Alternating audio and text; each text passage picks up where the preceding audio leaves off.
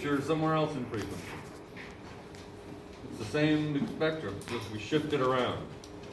FM, if you know, if you had your lecture, you know that it's very non-intuitive. It goes from our familiar message spectrum, you FM modulate it, all of a sudden you've got a bunch of spikes. It completely changes everything. So it just doesn't, it's not as comfortable a thing.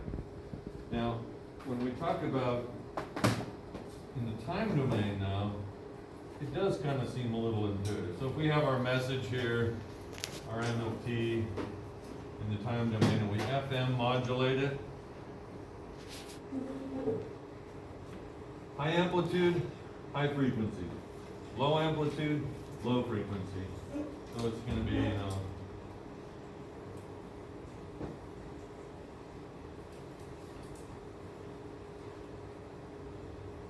something like this.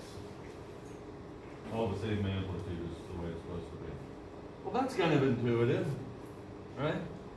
High amplitude, high frequency, low amplitude, low frequency. It's when you go to talk about this in math and get into the spectrum of it when things get a little hard to understand.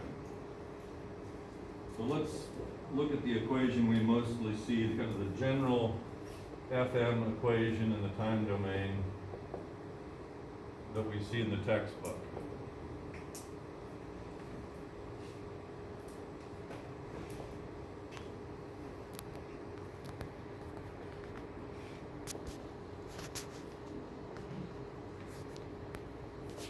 Lambda is just a time constant of integration here.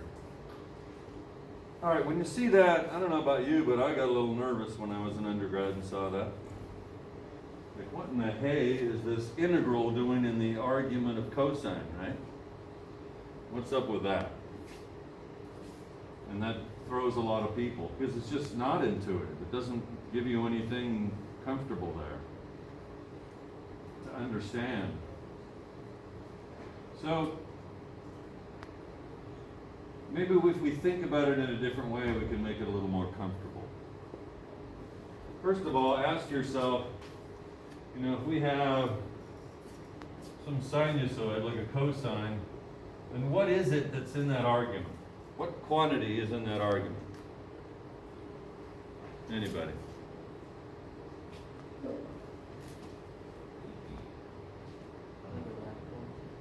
Yell it out, I can't hear.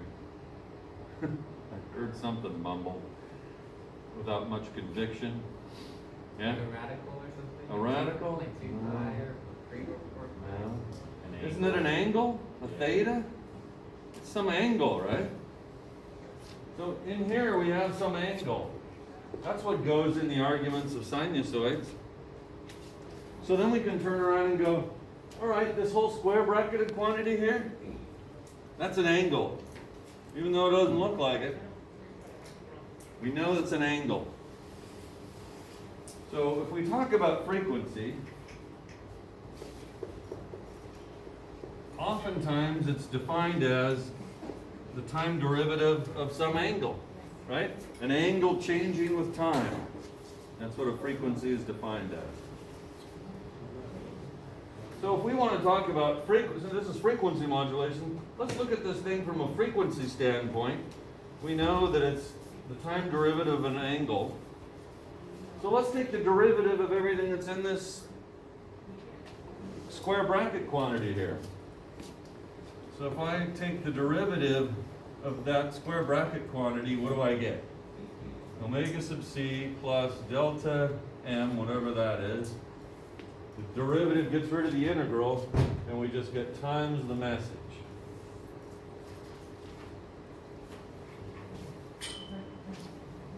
That is a much more understandable expression. What is this telling us? Well, this is saying that if there's no message, we just got pure carrier for our frequency. But as soon as we add a message, it's changing the frequency. Remember, this is frequency. So like our message over there, as this amplitude gets bigger, it adds to the carrier frequency, and the frequency gets bigger overall. And then if this goes negative, we're subtracting from the carrier frequency, and we have something like this.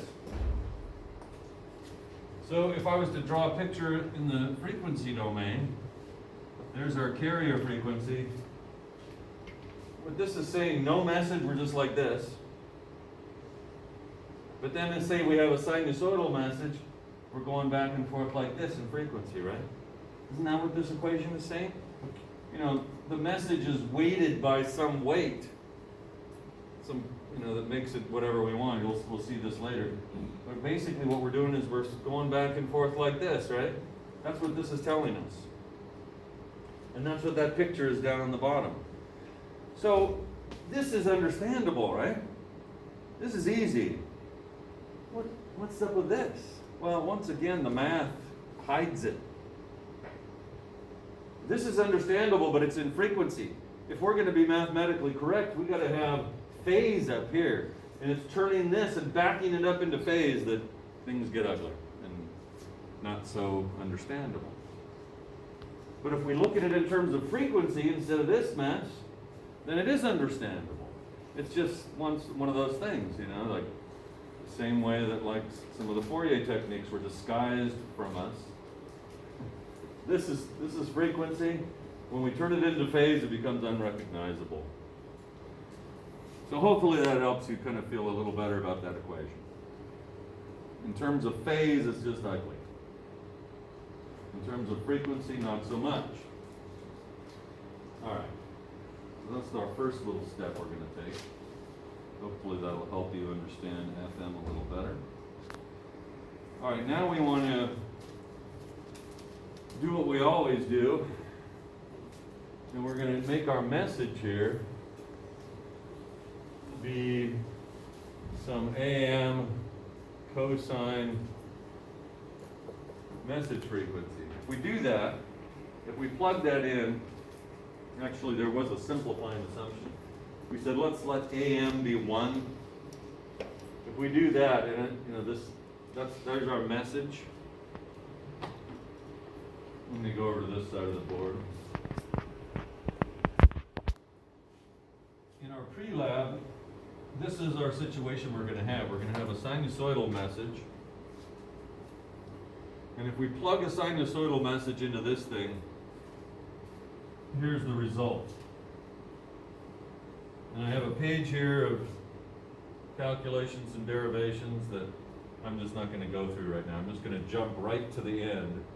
Here's what we get. So when we put in a message that's a sinusoid, or single tone message, then I get this. A sub c infinite sum n equals from minus infinity to infinity Jn of beta. There's our Bessel function. More to come on that. Cosine carrier frequency plus integer multiple of message frequency t. So there's the equation we're going to be using in our pre-lab. And I'll do most of part A of the pre-lab tonight with you so you'll fully understand what you're supposed to do.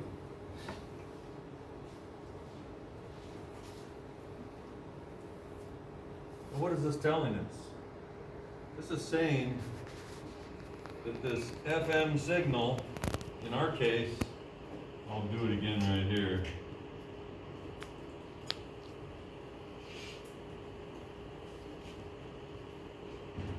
Alright, so the FM signal here, we can make one of those. In this case, this is the sinusoid, low amplitude, high amplitude, you can see it in there. We can make it by taking a weighted sum of sinusoids. So this is kind of like the Fourier stuff. Notice that the sinusoids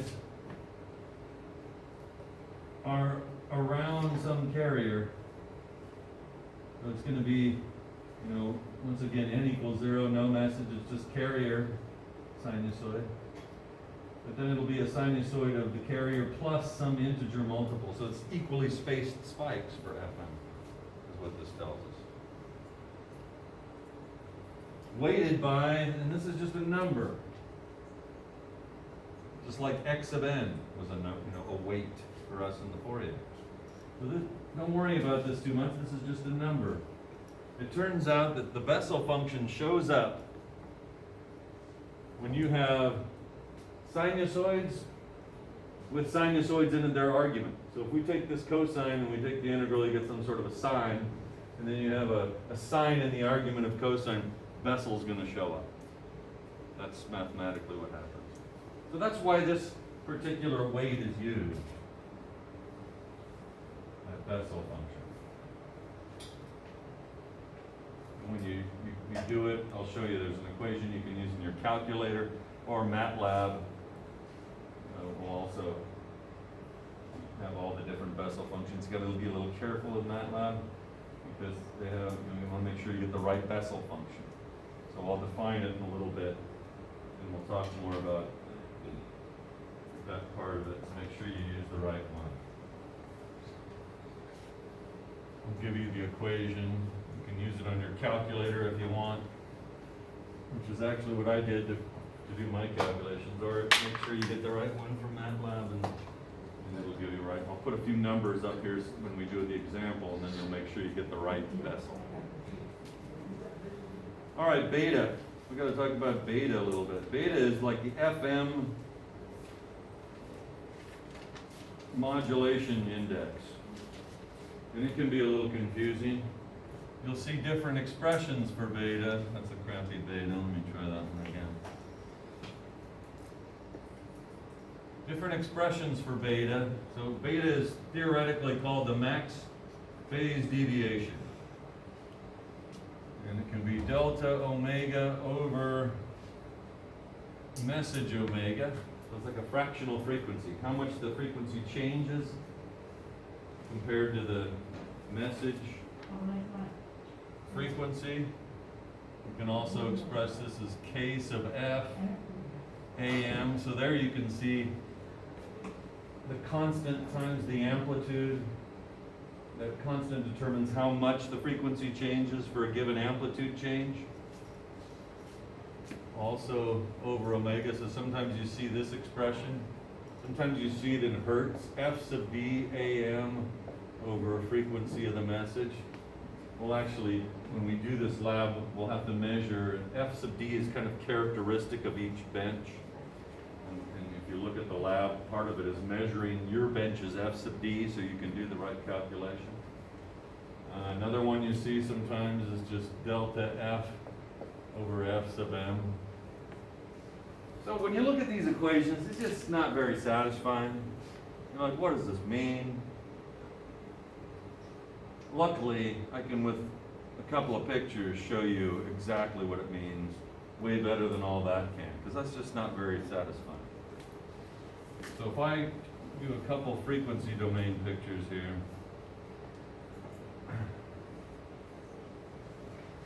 and let's just say that here we have a small beta, and here we have a large beta. Same message, okay?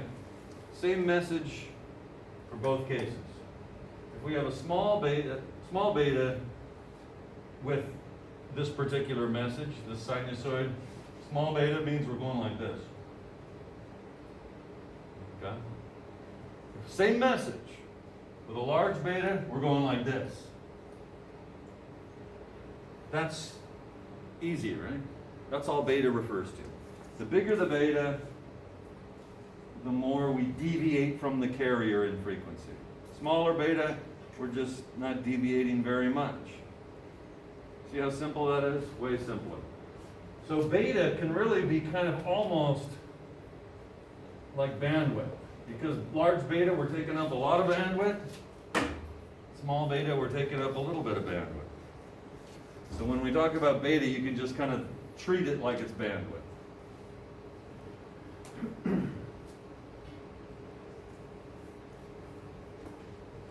So beta is pretty easy to understand if you just get these pictures. And maybe you can look at this now and see that's what it was saying, but it's just not, the equations by themselves aren't very understandable. All right. Because of this, one thing that FM has that AM doesn't is it has the ability to make a high fidelity signal with more than one method of doing so. Let me put an equation up here that shows that. If we say signal to noise ratio at the demodulated end, so at the receiver, signal to noise ratio, you probably know by now, is considered the figure of merit of a signal. The bigger the signal to noise ratio, signal on the numerator, noise on the denominator. So the bigger the signal to noise ratio, it means that the signal is bigger than the noise and then cleaner as a result. So it's our figure of merit in comm. Digitally, you can say, bit energy to noise density, but it's roughly just basically a digital SNR. Maybe some of you have heard of that. So our signal to noise, here's the equation. 3 beta squared times this quantity 8 carrier amplitude over 2 divided by noise density message bandwidth. So there's the equation that shows us how we can get a better FM signal when we receive it. We have some choices here on how we can improve it. One, we can increase beta, right? Bigger the beta, better the SNR. Why is that? I can show you with a picture why that is. You'll see it with your eyeball. If I have here a high beta, large beta signal, I'm going like this.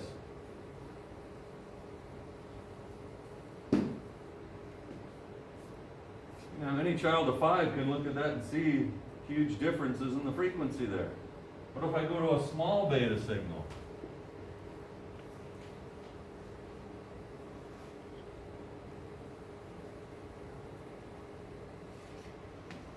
Does the frequency change here? A little bit, because it's a small beta, but not much. Your eyeball has a harder time seeing the difference there if you're trying to decode it with your eyeball, right? So it's the same for the electronics on the receiver. It's much easier with a large beta to see the modulation. With a small beta, not so easy. See why a larger beta helps us with our demodulation?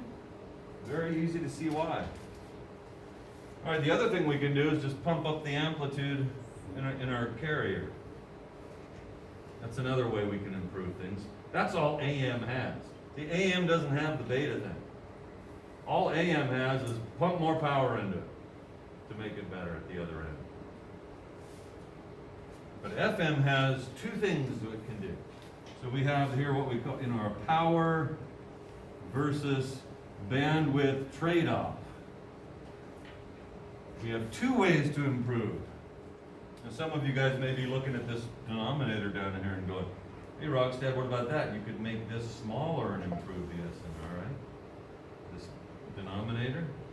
You're right. But we don't have control over that. If we have a certain message we're modulating, we're stuck with the bandwidth of that message. And nature determines what the noise in that bandwidth is. You guys remember this from your stochastic processes class? If we have a noise density times a bandwidth, we get noise power. I don't know if you remember this. Nobody liked that class. Seeing some shaking heads out there. Yeah. Nobody likes that class very much, but that class is one of your most important classes when you go to grad school and on the job. Because that's real life noise, right? So don't throw away your textbook yet. Hang on to that textbook. I was so glad I hung on to mine. So that's noise. A density times a bandwidth gives you power. So that's noise power. We're stuck with the noise power. I can't do anything about that. We'll make the bandwidth less. Yeah, well then you're changing your system. You're changing your signaling. I suppose you could, but really that's not practical.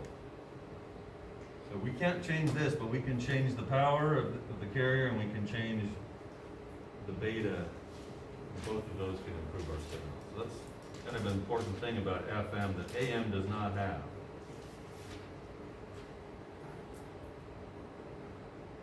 All right, questions on any of this stuff before I launch into pre-lab 1A? Yes.